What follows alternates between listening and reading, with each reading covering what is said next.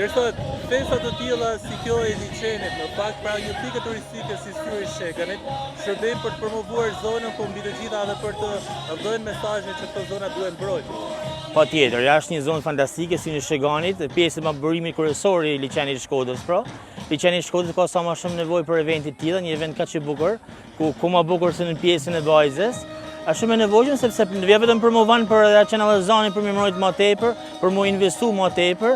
ku më bukur që liçeni i Shkodrës, sepse gjithmonë liçeni i Shkodrës është një për Shirokën, por faktikisht liçeni i Shkodrës ka shumë pika të tilla kaq të bukura, si pjesën e Malësisë Malle, pjesën e Maveriore, pjesën linore, po aty ku është edhe Buna, pra është një pjesë që rrethon krejt liçenin e Shkodrës me pika atraktive, pika turistike, ku me anë e festave, por normalisht edhe me anë e promovimeve duhet me thënë, i promovon sa më tepër tek turistat që me vizitu. Pra jo vetëm një pikë vetëm turistike që mund të jetë Shiroka, Zogëj, por ke pika të ndryshme turistike ku turisti ja vetëm me anë një lokali, pra një ambienti që një shërbimi të operativ që ka një lokal, por shumë mirë mund të marrë edhe me biçikletë, me motor, me vark, me një anije të vogël, me një paddle, me një kanoa, me gjitha pika turistike, me bën një piknik, me bën një camping, pra liçeni më i madh i Ballkanit që liçeni i Shkodrës, i ofron ta mundësina, kështu që ku më bukur se këta festa promovojnë atë. A duhet bëjmë kujdes me promovimin e pikave të tilla edhe në aspektin e pasojave që sjell turizmi masiv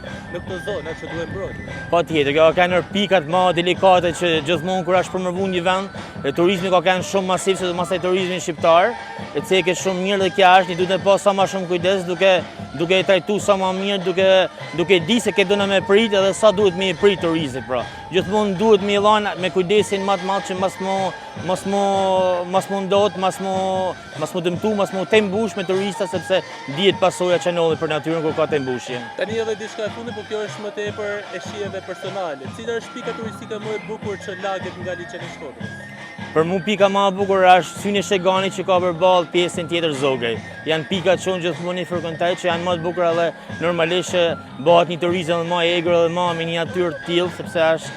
mundësia më e bukur për me pa perëndimin, me pa edhe linjën e diellit që gjithmonë nga të dy anë ke ujin që mundesh me pa diellin.